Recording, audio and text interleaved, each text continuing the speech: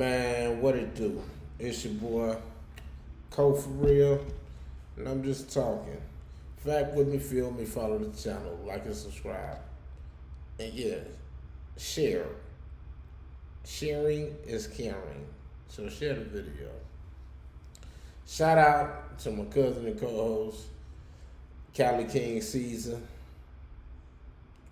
Also shout out to Chris Gilla and the Awesome Misfit. Make sure y'all check them out. Alright, I came here to discuss a video that came across my feed a few days ago about a foreign driver that made an illegal U-turn and killed some people down here in Florida. So I heard about it, but this is the latest video I saw on it, so I thought I'd do a live on it. So let's play it and see what they're talking about. Investigating a deadly Florida crash allegedly caused by an illegal migrant truck driver. And officials say the suspect couldn't read English or understand road signs despite getting a commercial driver's license from 2 sanctuary states.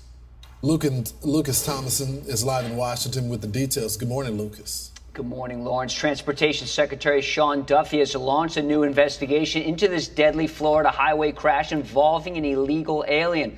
Preliminary report says if states had followed the rules, the driver would have never been behind the wheel. It also says the driver responsible for that fatal crash that killed 3 people, quote, the driver failed the assessment, providing correct responses to just 2 of 12 verbal questions and only accurately identifying 1 of 4 highway traffic signs. Okay.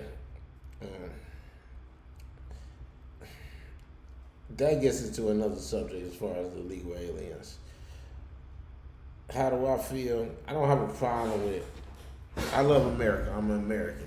I don't have a problem with people leaving, poverty-stricken, war-stricken, dictator-stricken countries trying to find a better place to live. So coming to the United States, I don't have a problem with it as long as you do it the right way. I'm not with the illegal aliens. If you want to enter the country the right way, I have no problem with it at all. But if you just want to be illegal in here, I'm not with that. And obviously, he was illegal. They already said he was illegal. They said he only got 2 of 12 verbal questions right, which he understood. He only got 1 of 4 highway traffic signs right, which I don't care if you don't know the language. The signs are pretty much self-explanatory. But let me stop talking and let us continue, even though I'm just talking. Here's more from Secretary Duffy on X posting, here's what we know. Washington State improperly issued the driver a full-term commercial driver's license. Asylum seekers or illegal aliens are not allowed to receive this. New Mexico failed to conduct an English language proficiency test when they pulled the driver over for speeding. Had they done this, the driver would not have been on the road. We are also looking into California's issuance of the commercial driver's license. The failures here are despicable, and non-enforcement and radical immigration policies have turned the trucking industry into a lawless frontier, resulting in unqualified foreign drivers improperly acquiring licenses to operate 40-ton vehicles. The president and I moved quickly to require drivers to speak English, our national language, and launch a full-scale audit of how these licenses are doled out. Now, here's more about the driver. Harjinder Singh is accused of killing 3 people in a minivan in Florida after you showed the video after attempting an illegal U-turn through a highway last week in Fort Pierce, marked official use only, with his massive tractor trailer blocking the highway of a 4-lane highway. And the 28-year-old illegal alien faces deportation and 3 counts of homicide. The trucking company is also under review. And guys, that accident happened just an hour north of Palm Beach in Mar-a-Lago, guys. Wow, thanks, Lucas. And we have all caught on video. Washington State is not allowed to issue a commercial driver's license to illegal aliens. They did. New Mexico failed to conduct an English proficiency test, and they pulled the driver over for speeding. Had they done that, the driver would not have been on the road. So, okay, y'all not hearing about this I'm not giving an opinion from somebody that don't know anything about truck driving. I've been doing this for 19 years. 12 over the road. First 7 years I did was local. So I've been through everything there is to go through in truck driving, including the loss of life. It wasn't my fault, but it happens. You're driving an 80,000 pound vehicle, you know, this stuff is bound to happen. It's just crazy that they let illegal immigrants come in the country, get licenses and drive and make a pretty good living when they're not even proficient in English or anything like that. Like I said, I don't have anything against nobody. I'm not a racist or nothing like that. I have nothing against no race, but especially when it comes to public safety, I just want things done the right way. And obviously, this was done completely the wrong way. But both states, sanctuary states, lenient illegal immigrant policies, and the result is more death. So this driver is driving down in Florida. He ends up being arrested in the state of California. So did he drive all the way across the country? If you get an illegal driver's license in a state that allows this, you drive all over the map, and he's being charged with killing 3 people. Wait a minute. So he did this in Florida, and y'all allowed him to go back to California? I didn't know that. That's new. 37-year-old woman, a 54-year-old man who was from Miami, then a 30-year-old driver of that car, of that minivan. You could see in the video the minivan just before it hits. So you know, obviously, they're alive. And as soon as it hits, 2 of them die there on the scene. 1 was transported to the hospital. And the driver, if you are in an accident, have you ever been in an accident? You get so nervous. You have a reaction. The driver didn't even have a reaction, just looks back and sees that the minivan hit him, did a U-turn in the middle of the Florida Turnpike. Well, no reaction when people died immediately on the scene. Correct. So you see the, medical. I don't know about the whole immediate reaction thing, because when I got hit, he was making an illegal U-turn. I wasn't making an illegal U-turn. Somebody was coming through my intersection and ran up under my trailer. Damn near the same way how they hit his stuff. It was only one person though. But my reaction immediately was to call the police. Like, I didn't know what was going on. I didn't know anybody was hurt or anything. You know, I jumped. As soon as I got hit, I parked. I pulled over to the side the best I could, or stopped, and I jumped out of the truck to go back there and see what was going on. That's a whole nother story. Y'all want to know it? Y'all let me know. We'll talk about that. But nah, I mean, him having an immediate reaction, I mean, that you doing a job, I mean, I get that, you know. But after, you know, like once you see what's really going on, that's when the reaction comes in. Trust me, I've been there. Local workers as well as first responders putting the white cloth over the body, and you still don't have a reaction after you see that? But I have multiple questions. First of all, okay, now see, I didn't know that. He talking like, now you seeing people putting white cloths over bodies and they finna like that's, and you still don't have a reaction then? That's crazy, because I'm not gonna lie. Another story. When y'all want to know that, y'all let me know, and we'll get into that. who gave the test? Who administered the test? They should be banned. You can easily find out, right? Don't you have to sign exactly. off? Just investigate. These aren't easy tests. My dad's a truck driver, so who gave the test?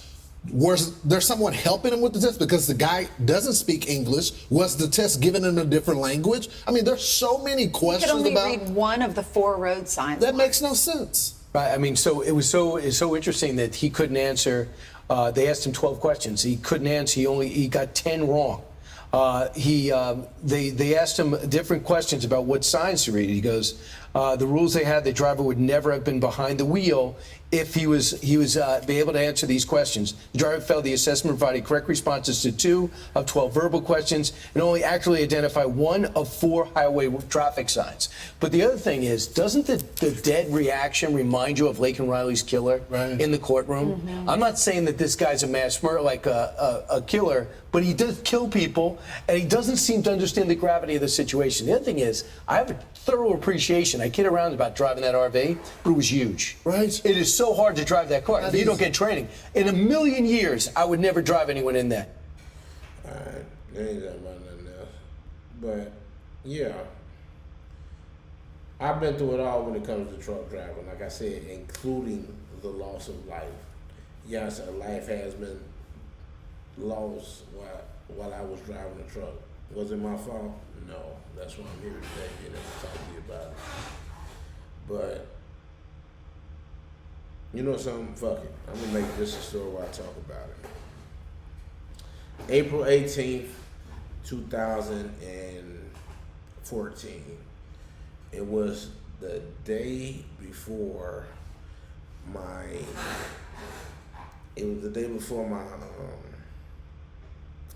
32nd birthday, so I'm 31 years old. I was working for Hirschbach Motor Lines.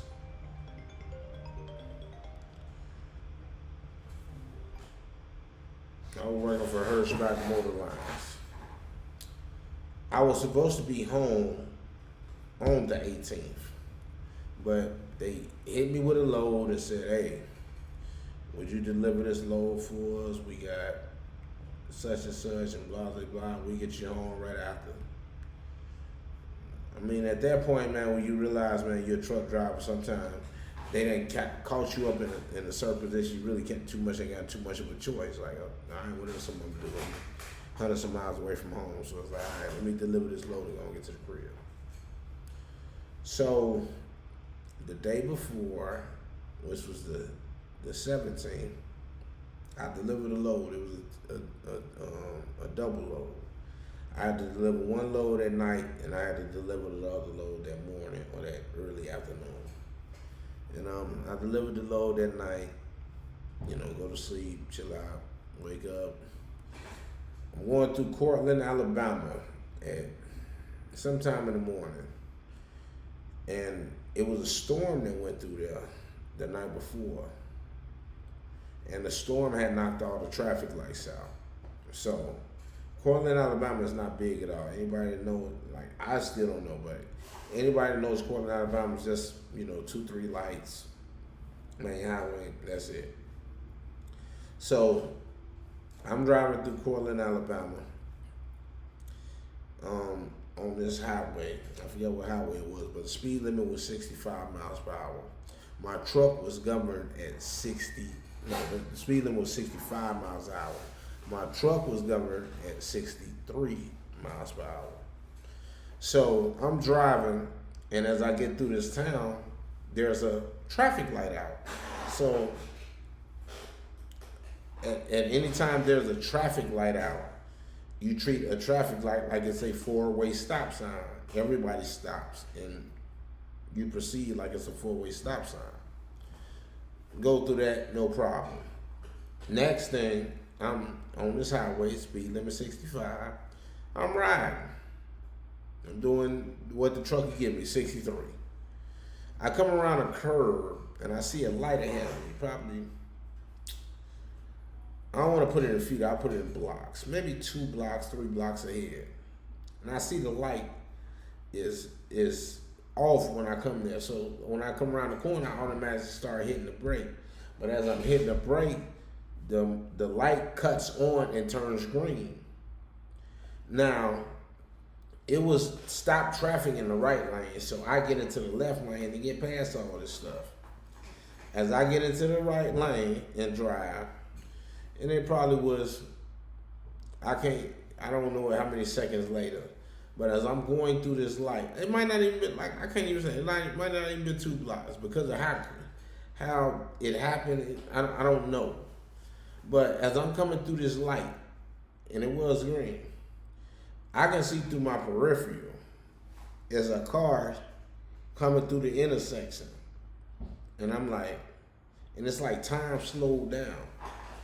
And I thought in my head, like, damn, this motherfucker finna hit me. And then they hit me, time like sped back up and everything happened. I get out of the truck and I'm calling 911 right then, you know, because I'm looking at a car and I'm dragging it under my back axles. So once I get to the back of the car, the front axle of the trailer is sitting on the right side of this lady's chest, and I was like, it like damn near threw me in a shock. I was like, I didn't, you know, I'm like, oh my God, you know what I'm saying? I'm like, oh my, you know, so, you know, luckily, and this was lucky, that this happened in the daytime. So it was many people out there. It was numerous people to see exactly what happened and knew what was going on. That's what really kind of saved my ass. Truck drivers, if you get in an accident, it's automatically your fault unless you can prove it ain't your fault. So everybody running up on, like as soon as I'm running, once I get out the truck and I'm running back to this lady, it's a whole bunch of people running. You know, everybody's coming.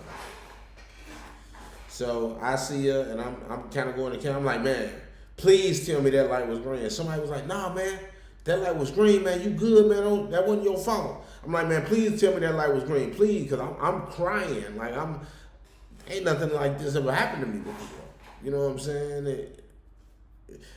You can't never say what you're doing in a situation like that until you're in that situation. My compassion for human life automatically took over me. That's why I started crying. And then it felt like I did this. You know what I'm saying? Like that I was a part of it. So yeah, it bothered me. So I'm pleased, man, tell me this light was green. But he was like, man, the light green wasn't your fault, man. I see that was just some freaky shit, man. I'm like, man, please tell me that light green. He's like, man, the light was green, man. That was not your fault. I seen the whole thing, man. That was just some freaky shit that happened, man. Calm down. You good, man. You good. You know? So he not the only one out there saying this. It's you know, it's 7, 8, 9 people. It's people around. They see what happened. So after all that, of course, you got to go through the whole, you know, drug test, them taking you, what happened here, what happened there, what the blah, blah, blah, yada, yada, yada. But I feel so bad about this situation, man. I feel bad as a professional and as a truck driver. Because you never want nothing like that to happen to you or anybody else. So I felt bad. I felt really bad. So it replayed in my head for a day or two, you know. And honestly, after a day or two, I thought about it many times. There was nothing I can do. There was nothing in that situation I could have did that would have changed the outcome because there was too many unknowns. There was no way that I was to know that light would pop back on. There was no way that she would know that her light would pop back on. There was no way that she knew why light was working. There was like it was just too many factors that made it not me. You know. And it bothered, like I said, it bothered me for a while, but I eventually got over it. And the lady's niece was out there. She was an older lady. She was like in her 70s, so her niece was like 50 something. And she was out there and she comforted me the whole time. And she was letting me know, hey, look, it's okay. It ain't your fault. Everybody told me what went on. You know, my aunt was, you know, she was kind of, you know, little, you know, I don't want to use her exact word, but, you know, she was a little off her square. You know what I'm saying? So it didn't really surprise them. But life is too precious, man. And people tell me this is what I really should be talking about, truck driving. Truck driving is my job, it ain't my passion. You know, I love traveling, you know, but truck driving is, like I said, truck driving is my job, it's not my passion. I love to travel, I love meeting new people, but I don't have to be in the truck to do that. Do I like my job? Yeah, it's cool. I like it. Ain't nothing I hate doing. I get to worry about myself. Depending on who I'm working for, working with, I can make my own hours or whatever. But it ain't something I picture myself getting up and doing until I'm 65, 70 years old.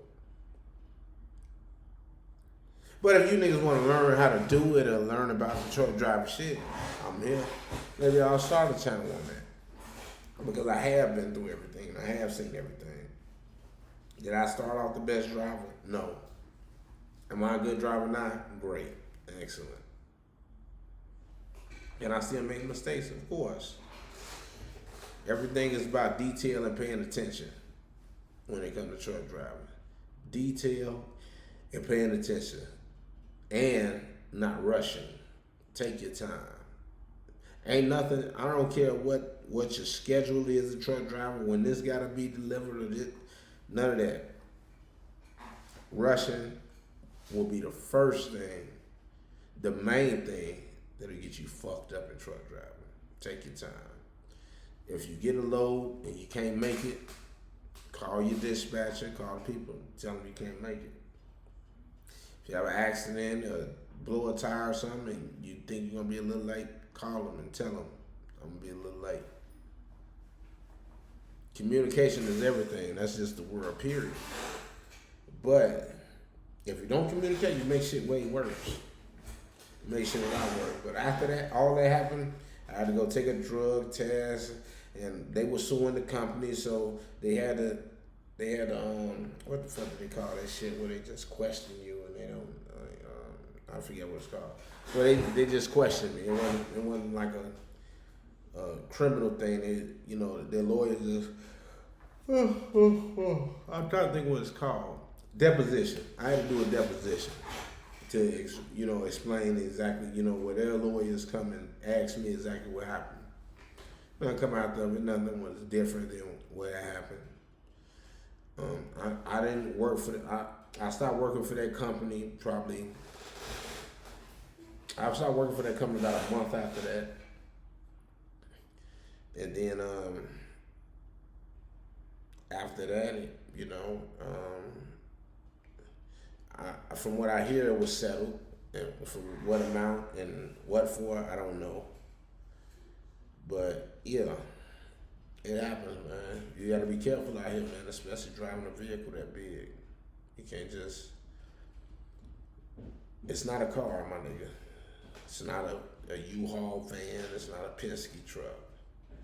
It's a rig. Just the rig, the truck by itself that drives the trailer is 30,000 pounds plus. I don't care what manufacturer you get it from. It's 30,000 pounds plus. Most of them 31, 32, some of them 35. The trailer